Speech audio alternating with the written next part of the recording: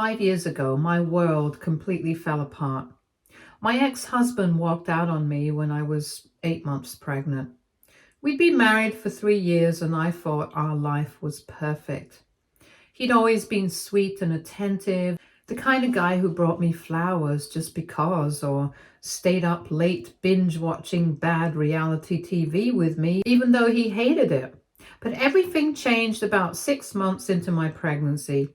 He became distant, started working late, and was glued to his phone. At first, I thought it was just nerves about becoming a dad. You know, guys freak out sometimes. But I couldn't have been more wrong. One day, I came home from a routine prenatal appointment, feeling all excited to show him the ultrasound picture. But when I opened the door, the apartment was almost empty. Half of our stuff was gone, and there was just this note on the kitchen counter. It said he wasn't ready for this life and that he'd move in with his girlfriend of 6 months. 6 months. That means while I was pregnant, he'd been seeing someone else practically the whole time. I couldn't even process what was happening. I was devastated. And devastated doesn't even come close to describing it. It felt like someone had literally ripped my heart out and stomped on it. To make matters worse, I was unemployed. I'd quit my teaching job a few months earlier because my pregnancy complications were so bad. I was constantly sick, nauseous, dizzy, and just not able to function. Working was out of the question, so there I was, no job, no partner, and a baby on the way. We were renting our place, and there was no way in hell I could afford it on my own. I had some savings, but honestly, it wasn't going to last long. The thought of having to figure this all out alone was terrifying. I spent the next few days in a fog, just trying to wrap my head around what had happened. The anger came later, but for the first few days I couldn't even focus enough to be mad. All I could think about was how the hell I was going to make it through the next few months. I hadn't been prepared for any of this. I didn't even know where to begin. What was I supposed to do now? I remember just sitting on the living room floor looking around at the emptiness and crying. Not a quiet, calm cry either. It was the kind of cry where you're gasping for air between sobs, like your body can't even keep up with how much hurt you're feeling. I cried until I was completely drained, and then I did the one thing I'd been avoiding. I called my parents. Now, here's a bit about my family. My parents are well off. My dad's a dentist, my mom's a real estate agent, and they've always lived comfortably. Their house in suburban Massachusetts is huge. 4 bedrooms, plenty of space. Growing up, they weren't the hug it out type, more like the tough love kind. But in my mind, I thought, this is it. I'm in a crisis. I need help. They'll come through, right? So I explained everything, how my husband left, how I was pregnant, and how I didn't know where to go or what to do next. I asked if I could move back in with them, just until I got back on my feet. I figured they'd at least offer me a little compassion. But instead, I got a hard no. And here's the kicker. It wasn't because they couldn't make room for me. They had more than enough space. It wasn't because they were struggling financially. Far from it. They said no because they didn't want my mistakes to affect my younger sister, Claire. Claire was 24 at the time, finishing her last year of medical school, and apparently having a crying baby around might ruin her concentration and jeopardize her future. I couldn't believe it. This wasn't just a no. It was a heartless no with no empathy or understanding of what I was going through. They didn't want to disrupt Claire's perfect little life. Meanwhile, I was trying to pick up the pieces of mine. That moment when I realized they weren't going to help me, it hit harder than anything else. It wasn't just a rejection, it was the total lack of support when I needed it most. And it was a reminder that my family's idea of help was more about their comfort than mine. I'd always known they had this tough love mentality. But I didn't think it would extend to a situation like this when I was literally struggling to survive. I begged. I told them I'd stay in the basement. I promised I'd be quiet and do my best not to be a burden. I even said I'd contribute financially once I got back to work, but they wouldn't budge. My mom actually suggested I consider putting the baby up for adoption because I clearly wasn't in a position to raise a child. That's when I knew I was done.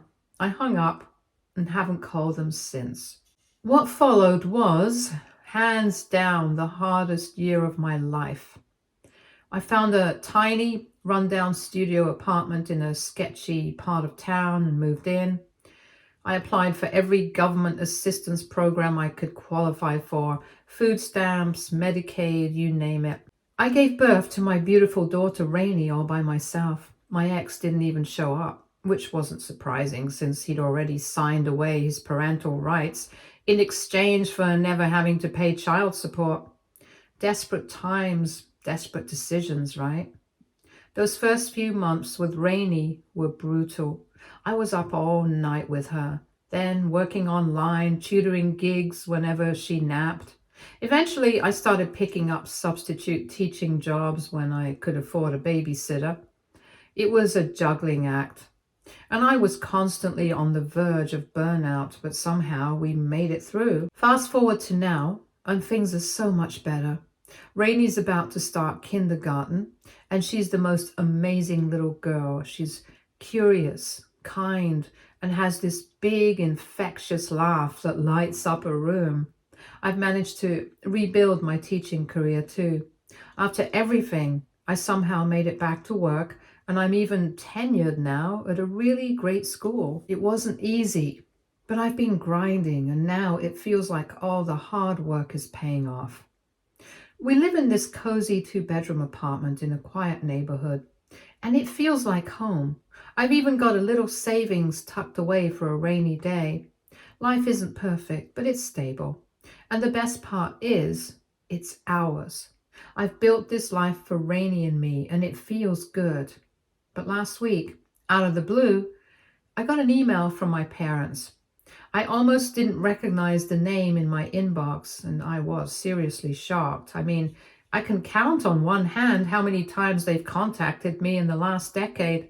Anyway, the email starts with a life update. Apparently, my perfect sister, their pride and joy, just finished her residency and landed some high-profile job at a fancy hospital in California. Oh, and she's apparently too busy to visit more than once a year, doesn't call much, and is living her best life in San Francisco.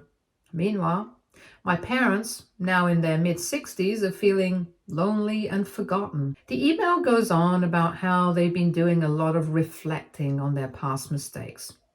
I guess it's nice that they're acknowledging it, and how much they miss me and Rainy. And for context, Rainy is 7 now, and they've never even met her. They basically begged us to spend Christmas with them, and then, here's the kicker. They offered to set up a college fund for Rainy. On paper, that might sound nice, right? But how do I just forget everything they put me through? Do they think an email and a college fund can erase years of pain? When I got pregnant, they couldn't have cut me off faster. They didn't want to disrupt my sister's future or interfere with her studies. They left me to figure everything out on my own. No help, no support, nothing. There were nights I cried myself to sleep because I didn't know how I was going to make it. I had to choose between buying diapers or food for myself. Rainy and I spent so many birthdays and holidays alone, and now they suddenly want to play the doting grandparents? I can't just act like nothing happened. Part of me wants to write them back and lay it all out. I want them to understand how badly they hurt me. I want them to know that Rainy doesn't even know what she's missing because she's been surrounded by my incredible friends. People who've become her honorary aunts and uncles. They've given her the love and support I never got from my own parents. But then there's this other part of me that wonders if I'm being too harsh. They're getting older now, Rainey does deserve to know her grandparents, doesn't she? But then again, does she really? Do I want to let people who were willing to let us both go into foster care back into our lives just because they're feeling lonely now? I haven't replied yet. I'm stuck, honestly. A big part of me just wants to ignore the email entirely and let it sit there without a response. But then another part of me wants to write back with all the bitterness I've been carrying around for years and tell them exactly where they can shove their college fund. So I guess that's where I'm at right now. AITA for just ignoring them? Or am I being too stubborn and not giving them another chance? I really don't know what to do.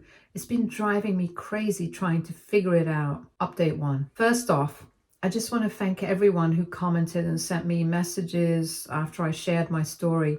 I honestly didn't expect so many people to connect with what I've been through. Your responses were this mix of comforting, validating, and honestly kind of eye-opening. I've read every single comment, some more than once, and I can't tell you how much your advice has helped me sort through this mess.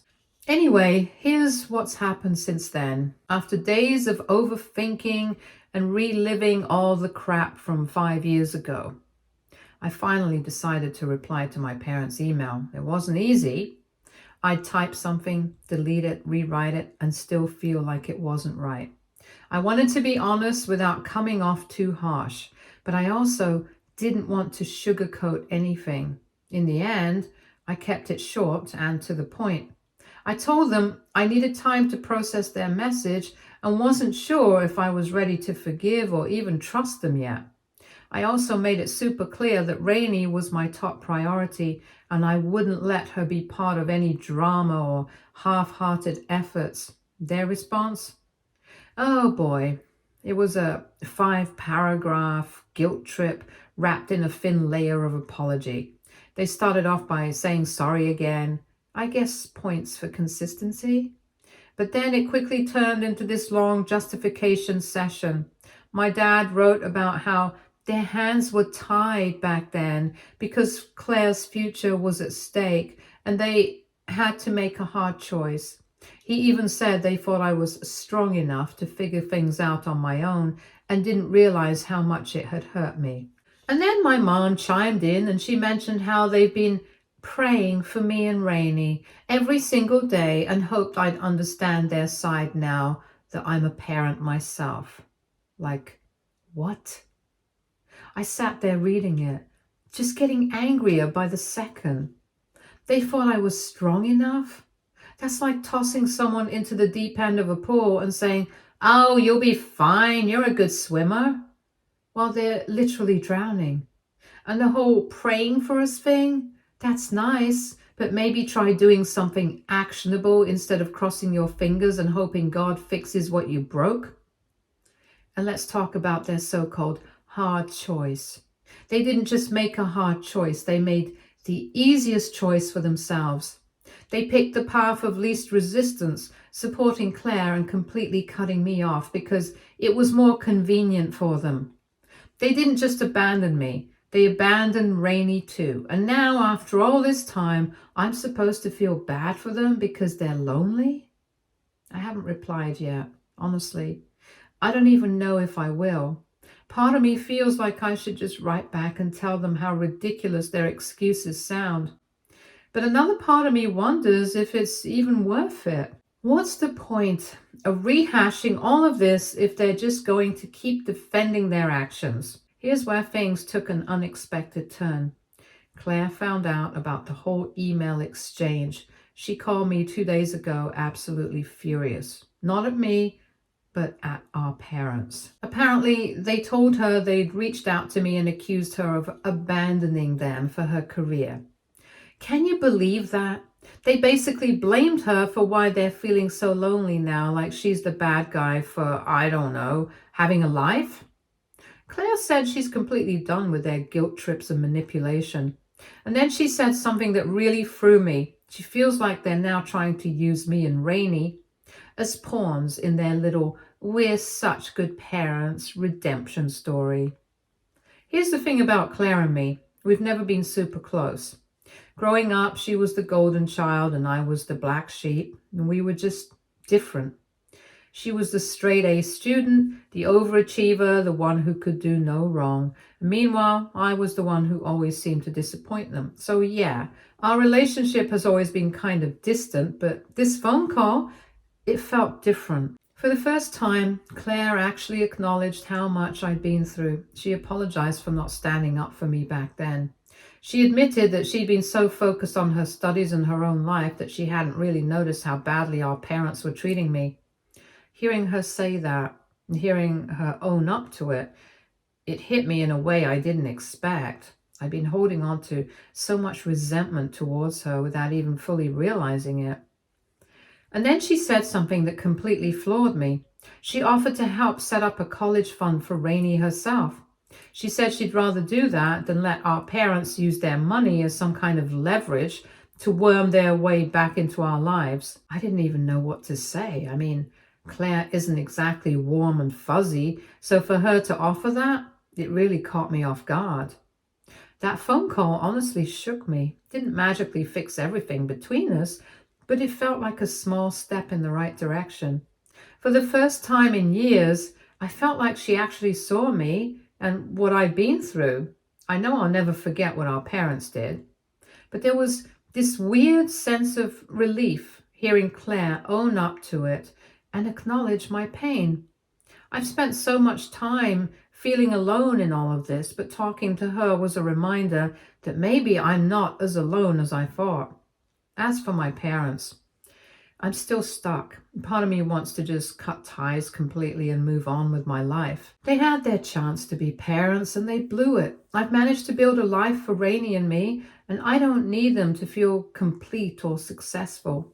But then there's this other part of me, this little voice that's like, maybe you should at least hear them out in person. Not for their sake, but for mine. Maybe it would give me some closure. Maybe it's worth seeing if they've really changed, even though I'm skeptical. The problem is, I'm scared that if I give them even an inch, they'll just revert back to their old ways.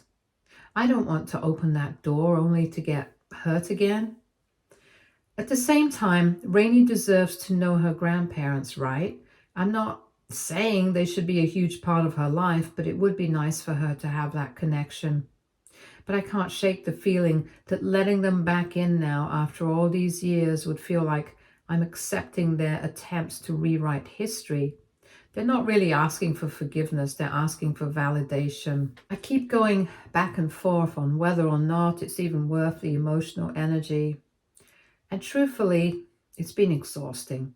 So I guess I'm still figuring it out. I really appreciate all of you who've been following this whole drama in my life. It means so much to know that people care and understand what I'm going through. I just wish I had a clear answer, but for now, I'm taking things one day at a time. I'll let you know what happens next, but for now it feels like I'm still stuck in this limbo. Update 2. Wow, things have gone off the rails in ways I really didn't see coming. After my last update, I decided to take a step back. I didn't want to make any rash decisions while I was still emotional. So I put my parents' email on the back burner and focused on my daily routine with Rainey. School drop-offs, bedtime stories, grocery runs, just normal life stuff to keep my head clear. But of course, life had other plans. Last weekend, completely out of nowhere, my parents showed up at my apartment. No heads up, no text, no call, nothing. Just a knock at the door while I was in the middle of making lunch for Rainey. At first I figured it was a delivery or maybe one of my neighbors. But when I opened the door, there they were. My mom and dad standing there on my front door looking awkward as hell. I froze. My first instinct was to slam the door in their faces, but before I could even react, Rainey came running up behind me.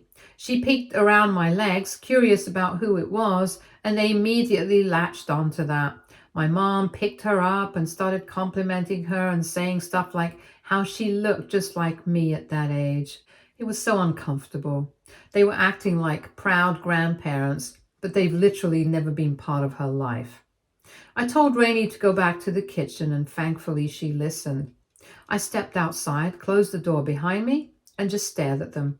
My dad started talking, saying they were in town for a conference and thought it would be a good chance to see me and Rainey, which, let's be real, was probably a lie. What kind of conference happens on a random weekend?